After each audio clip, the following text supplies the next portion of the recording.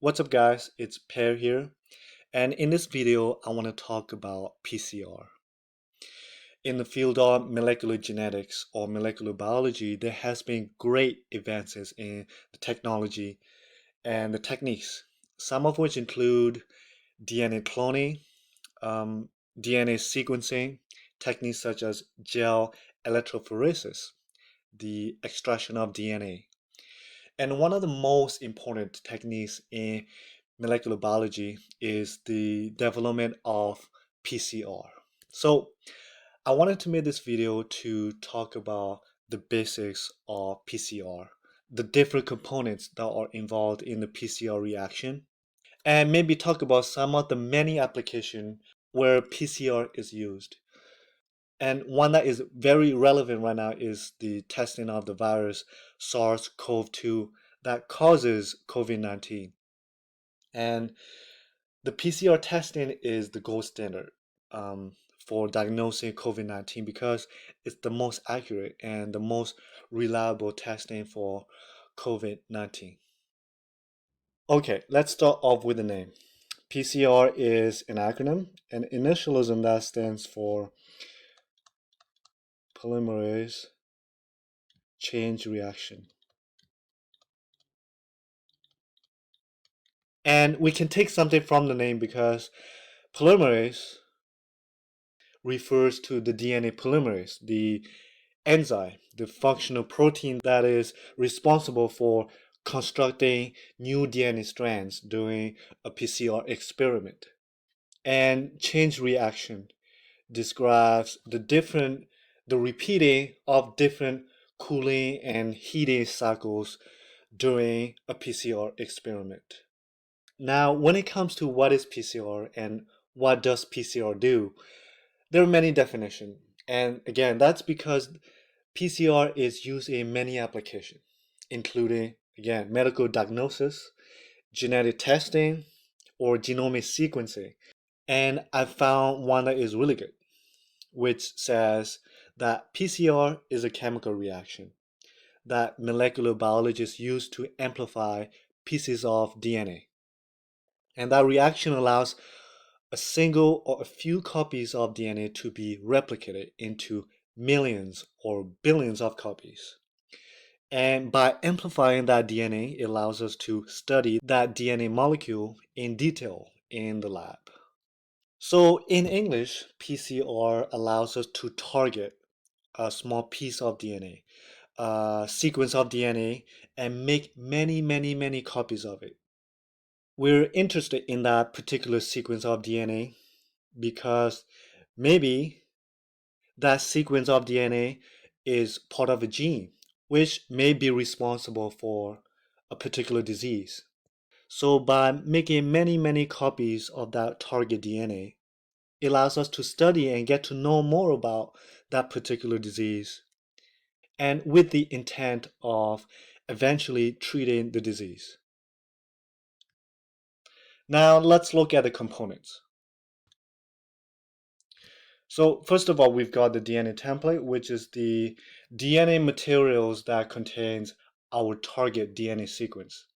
And usually this comes from or extracted from the tissues of a plant or the tissue of an animal. We've also got primers. And you see two on the side here because there are two different types of primers that are involved in a PCR reaction. And here you can see an example of the two different types of primers. This one that goes from 5' to 3' is called the forward primer. And this one that goes from 5' to 3' the opposite way is called the reverse primer. And so primers are basically short single-stranded DNA sequences that are complementary to a specific part of the target sequence. The specific sequence of DNA that we are interested in. Then we've got the DNA polymerase. And again, this is the enzymes that uses single-stranded DNA as a template to synthesize a complementary DNA strand. It is one of the probably the most important ingredients in a PCR experiment. Next up is the nucleotides. These are the building blocks that DNA molecules are made of. In other words, they are the monomers of DNA. And more specifically, you might ask what type of nucleotides? For PCR, we use the DNTP, deoxyribonucleotide triphosphate. And there are four of them. We've got the adenine, thymine, cytosine, and guanine. And we need to include this in the mixture in order for us to make copies of our target DNA sequence. We also include ions. An example is magnesium dichloride, and the ions are considered a cofactor. They are essential elements that enhances the activity of the DNA polymerase, which in turn increases the amplification rate of DNA. We need buffer that may also contain ammonium sulfate. The buffer contained in the PCR reaction, they are the composition of different PCR enhancers that increases the efficiency and the specificity of the PCR reaction. And lastly, we need some water. And the water that is used in a PCR reaction needs to be nucleus-free water. And the reason for that is to prevent the breaking down of our DNA strands. So we have all these components of the PCR. Now the question is, how do they come together and work together?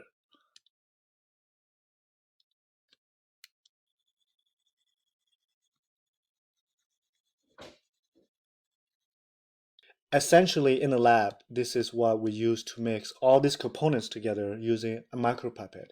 This is a PCR tube. And usually the order in which we add each of these components into the tube is from the highest volume to the lowest volume. Okay, so let's say this is our DNA template, and we want to copy a section of this DNA template. This is our target DNA sequence. And what happens is the PCR machine will heat up the mixture to about 90 degrees to 100 degrees Celsius. And the temperature is going to be held there for about a few minutes. And during that heated process, this double-stranded DNA will break apart. The hydrogen bonds that hold this double-stranded DNA together will break apart because of the heat. This process is known as denaturation.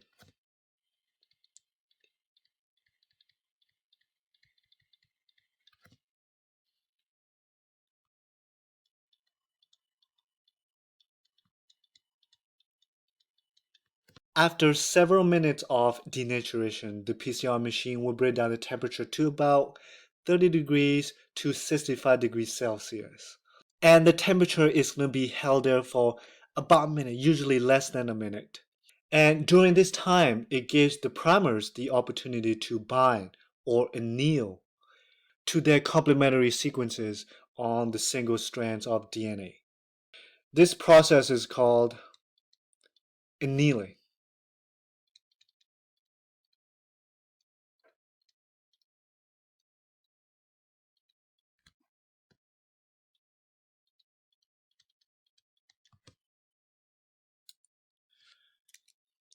From here, after about a minute of the annealing process, the DNA polymerase, this guy, is gonna attach itself to the primers at about 60 degrees to 75 degrees Celsius.